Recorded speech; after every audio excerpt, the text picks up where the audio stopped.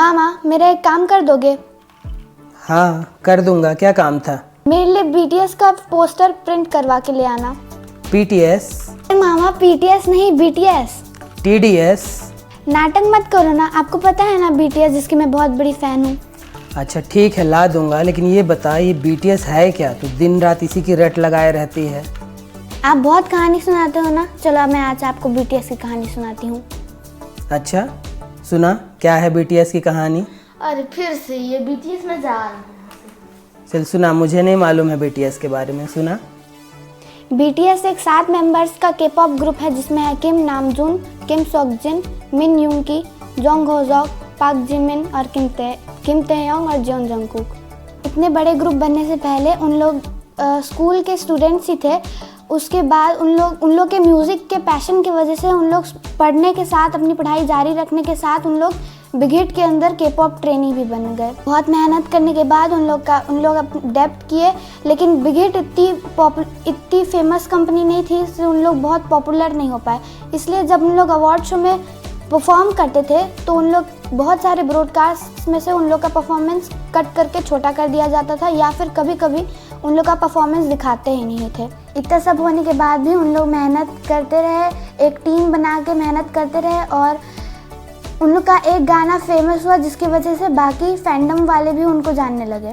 उन लोग और मेहनत करते गए, उनके और फैंस बढ़ते गए, उनको बहुत सारे अवार्ड्स भी मिले। एक छोटे से बॉय बैंड ग्रुप से उन लोग biggest boy band in the world बन चुके हैं। 150 फैन से 100 मिलियन फैन से भी ज़्यादा हो चुके हैं उनके। आज के दौर में जब बहुत अजीब अजीब गाने बनते हैं बिना किसी मतलब के, उन लोग स्टार्टिंग से ही सेल्फ लव, सेल्फ कॉन्फिडेंस और मेंटल हेल्थ इन्हीं सब चीज़ों में फोकस करके गाना बनाए हैं। इनके गाने कोरियन भाषा में होते हैं, लेकिन जिनको कोरियन नहीं भी आता है वो भी इनके गाने को बहुत पसंद करते हैं। इनके गानों की वजह से इनके बहुत सारे फैंस डिप्रेशन से भी बाहर आए हैं। ये थी बीटीएस की कहानी। स्कूल के कुछ स्टूडेंट से स्टार्ट हुआ ये सफ़र। उनके मेहनत और पैशन का नतीजा है कि उन लोग आज इतने बड़े के-पॉप आर्टिस्ट बन चुके हैं। तो मामा आपको पता चल गई ना बीटीएस की कहानी? जान गया। इन 7 कलाकारों की मेहनत और उनकी प्रतिभा का कमाल था कि आज वे विश्व स्तर पर इतने सफल हो चुके हैं। अब मैं भी जान गया कौन है बीटीएस। चल मैं पोस्टर ला दूंगा। लेकिन आप आज कौन सी कहानी सुनाओगे? दोस्तों नमस्कार। तो ये नन्ही बच्ची से बीटीएस की सफलता की कहानी। लेकिन हमारे जीवन में ऐसा बहुत कम होता है, खासकर भारत में, जहाँ पर स्कूली जो शिक्षा व्यवस्था है वहाँ पर केवल और केवल पढ़ाई और पढ़ाई पर जोर दिया जाता है। बच्चा अगर क्लास में फर्स्ट रैंक नहीं लाता तो वह समझदार या बुद्धिमान नहीं माना जाता है। बुद्धिमत्ता की जो आज मापक हो गया है वह क्लास में फर्स्ट रैंक लाना ही हो गया है। तो इस तरह की व्यवस्था को हमको बदलनी होगी। हमें नई शिक्षा व्यवस्था लानी होगी जहाँ पर बच्चों की प्रतिभा को देखा जाए, बच्चों की प्रतिभा से उनकी सफलता का आकलन किया जाए और उन्हें उस क्षेत्र में सफल होने के लिए प्रोत्साहित किया जाए। अब भारत में नई शिक्षा व्यवस्था लाई जा रही है। अब देखना यह कितनी कारगर साबित होती है। लेकिन आज से कुछ वर्ष पूर्व पहले यह धारणा नहीं थी। आज खेलों के प्रति, अन्य चीज़ों के प्रति आज के बच्चे जागरूक हो रहे हैं। कई ऐसे अभिभावक हैं जो अपने बच्चों को अन्य विधाओं में भी पारंगत करना चाह रहे हैं। आज से कुछ वर्ष पूर्व यह माना जाता था कि पढ़ोगे लिखोगे बनोगे नवाब, खेलोगे कूदोगे बनोगे खराब। लेकिन आज यह भ्रांति बदल चुकी है। अब मेरा यह कहना है कि पढ़ोगे लिखोगे बनोगे नवाब, खेलोगे कूदोगे बनोगे सचिन और सहवाग। लेकिन आज भी कई ऐसे अभिभावक हैं जिनका जोर केवल पढ़ाई पर है। वे बच्चे को दिन रात पढ़ाते रहते हैं। इससे उनको जो खेलना है, जो मैदान पर खेलने का एक फ़ायदा होता है, वह बच्चों को नहीं मिल पा रहा है। आज वे कमरों में कैद हो गए हैं। वे स्कूल जाते हैं, वहाँ पढ़ते हैं, घर आते हैं, वहाँ पढ़ते हैं, फिर ट्यूशन जाते हैं, वहाँ पढ़ते हैं। अब उनके जीवन में केवल पढ़ाई और केवल पढ़ाई रह गई है। वे और कुछ उन्नति नहीं कर पा रहे हैं। ठीक इसी तरह की घटना एक बार जंगल में हुई। जंगल के राजा शेर ने एक नया स्कूल, बड़ा स्कूल खोला, आलीशान स्कूल। सब सुख सुविधाएं वहाँ पे मौजूद थी जो एक विद्यार्थी को मिलनी चाहिए थी। अब उसने जंगल में ऐलान कर दिया कि हर किसी के बच्चे को इस स्कूल में आकर पढ़ना बहुत ज़रूरी है। अब स्कूल जब खुला और उसने यह भी ऐलान कराया कि जब बच्चे यहाँ से उत्तीर्ण होंगे तो उनको सर्टिफिकेट भी मिलेगा। अब जिराफ के बच्चे, हाथी के बच्चे, मछली के बच्चे, बंदर के बच्चे, सारे जानवरों के बच्चे अब उस स्कूल में एडमिशन लेने लगे। अब स्कूल प्रारंभ हुआ तो बच्चों की क्षमता मापने के लिए 1 महीने बाद यूनिट टेस्ट भी हुआ। अब यूनिट टेस्ट का जब रिज़ल्ट आया तो पता चला हाथी का बच्चा फेल हो गया है। अब किस सब्जेक्ट में फेल हो गया है? तो सब्जेक्ट था पेड़ पर चढ़ने की कला। अब हाथी कैसे चढ़े पेड़ पर, वह उसमें फेल हो गया। तब बड़ी समस्या खड़ी हुई। तब क्या किया जाए? तब ट्यूशन भेजो, कोई कोचिंग भेजो और वहाँ पे हाथी के बच्चे को पेड़ में चढ़ने की कला सिखाई जाए ताकि वह उसमें उत्तीर्ण होकर जीवन में सफल हो सके। फिर उसे ट्यूशन भेजा गया। वो स्कूल से आता था, राजा जी के स्कूल से। अब वो आता था, फिर कुछ टीचर्स थे, वो अब उनके पास जाकर ट्यूशन लेने लगा कि पेड़ पर एक हाथी को कैसे चढ़ना है। अब हाथी के बच्चे से ज़्यादा उनके माता पिता का मकसद था कि अपने बेटे को तो मुझे पेड़ पे चढ़ाने पे टॉप कराना ही कराना है, वह अव्वल आना ही चाहिए। और इस तरह से उसे ट्यूशन भेजा जाने लगा। फिर फाइनल एग्ज़ाम भी हुआ, उसके भी रिज़ल्ट आए तो हाथी, ऊँट, जिराफ ये सारे फेल हो गए। सब्जेक्ट क्या था? पेड़ में चढ़ने की कला। अब ये ऊँट, जिराफ कैसे चढ़ें पेड़ पर? तो ये सारे उसमें फेल हो गए। लेकिन बंदर की भी औलाद थी। अब वो परीक्षा में फर्स्ट आ गई, उन्हें स्टेज पे बुलाकर पुरस्कार दिया गया। अब वे ही सफल थे, बाकी जो लोग असफल थे उनको तो डफर बोला जाने लगा कि अरे ये तो बेवकूफ़ हैं, ये जीवन में कुछ नहीं कर सकते। लेकिन बंदर को स्टेज पे बुलाकर प्रशस्ति पत्र, इनाम सब दिए जाने लगे। बंदर के जो माता पिता थे बहुत खुश होकर अपना सीना चौड़ा घूम रहे थे।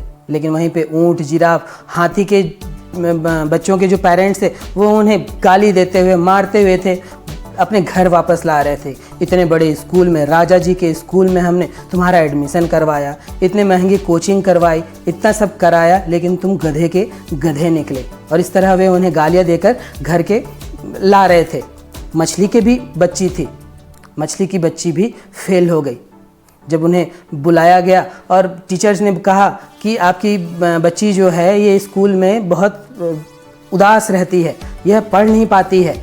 तब मछली ने अपनी बच्ची को घूरा तो मछली ने कहा, मम्मी मेरे यहाँ दम घुटता है, मैं यहाँ नहीं पढ़ पाऊँगी। हमारा वो तालाब का स्कूल तो अच्छा था, मैं वहीं पढ़ लेती। लेकिन मछली की मम्मी ने भी कहा कि हमने तुम्हें राजा जी के स्कूल में एडमिशन कराया, यहाँ पढ़ा रहे हैं, लेकिन तुम यहाँ पढ़ना ही होगा। यह हमारे रेपुटेशन की बात है, हम अपने रेपुटेशन से नीचे नहीं गिर सकते, हम तुम्हें अब तालाब के स्कूल में एडमिशन नहीं करा सकते। अब देखिए, मछली की जो बच्ची थी वो स्विमिंग में फर्स्ट आई थी। हाथी का जो बच्चा था वजन उठाने की प्रतियोगिता में फर्स्ट आया था।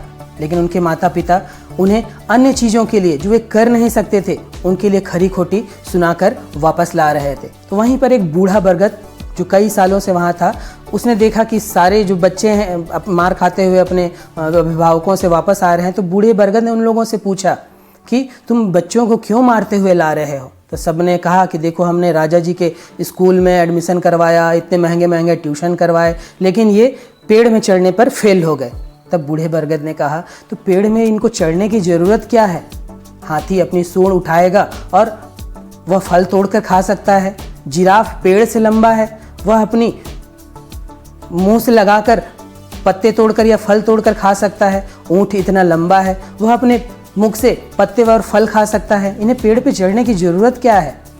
बूढ़े बरगद ने उन अभिभावकों को समझाया कि जो जिस क्षेत्र में श्रेष्ठ हैं उन्हें वह चीज़ सीखने दो, उन्हें उन चीज़ों में सर्वश्रेष्ठ होने दो।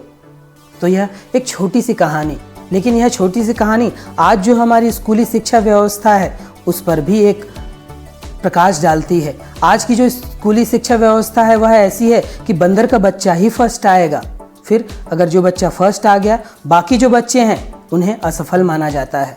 जो बच्चा फर्स्ट आया, जिसको इनाम मिल रहा है, वही जीवन में सफल है, ऐसा माना जाता है। हमें इसे बदलना होगा।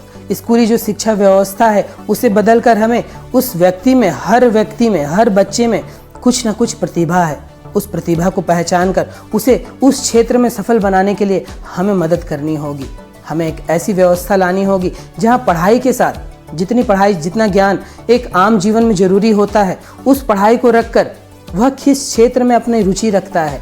अब वह खेल हो सकता है, वह म्यूज़िक हो सकता है, वह बागवानी हो सकती है, वह कृषि का क्षेत्र हो सकता है, वह उसमें सफल हो सकता है। तो आज नई स्कूली शिक्षा व्यवस्था लागू की जा रही है और हमें उम्मीद है उसमें और सुधार करके ऐसी व्यवस्था बनाई जाएगी कि लोग केवल पढ़ाई को जोर ना दें, वे जिस प्रतिभा में, जिस क्षेत्र में रुचि रखते हैं, जिस क्षेत्र में वे दिन रात डूब सकते हैं। हमने बीटीएस की कहानी सुनी, किस तरह उन्होंने स्ट्रगल किया और उस क्षेत्र में जिसमें उनकी अभिरुचि थी वे उसमें सफल हुए। ऐसे कई उदाहरण हैं। सचिन तेंदुलकर 10वीं फेल। सचिन तेंदुलकर आज सफल व्यक्तियों में से हैं।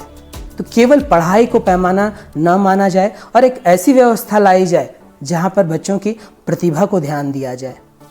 हाथी के बच्चे को पेड़ पर चढ़ाकर अपमानित न करें, उसे डफर बेवकूफ़ साबित करने की कोशिश न की जाए। हो सकता है मछली पेड़ पर चढ़ने पर फेल हो जाए, लेकिन एक दिन वह पूरी समुंदर नाप सकती है। तो हर व्यक्ति की प्रतिभा अलग अलग होती है और जीवन में वैसे भी संस्कार सबसे बड़ी शिक्षा है।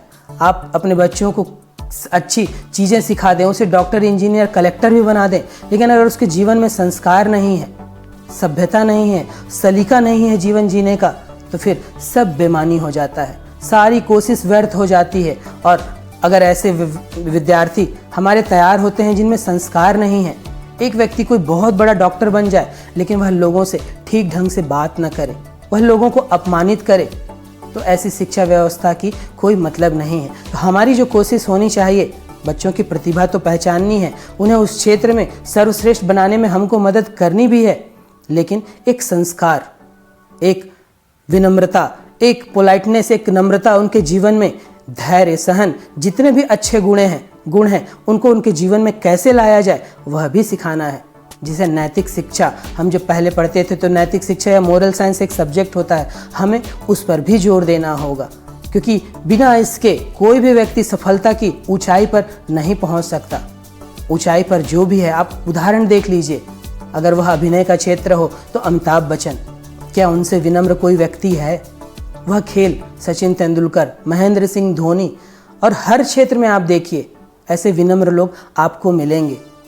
वह साइंटिस्ट के रूप में अब्दुल कलाम साहब हो, उनके जैसा विनम्र व्यक्ति, उनके जैसा ज्ञानी व्यक्ति, हमें अपने बच्चों को यह सिखाना है कि वे उनके जैसे बने, अपने जीवन में सफलता पाएं। वो पढ़ाई करके वे साइंटिस्ट बने, वे नौकरी की ना सोचें, वे ऐसा क्षेत्र सोचें कि जिसमें वे सफल हो सके, जो उनकी अभिरुचि की हो। नौकरी करना ही सफलता नहीं है। पढ़ाई करके वे साइंटिस्ट नई चीज़ें खोज सकते हैं, वे खेल में सर्वश्रेष्ठ बन सकते हैं, लेकिन सब चीज़ों में सफल होने के साथ साथ वे नैतिकवान भी बने। वे एक ऐसे नैतिकवान बने, ऐसे दृढ़ नैतिक वाले, जिससे हमारा देश का नाम हो।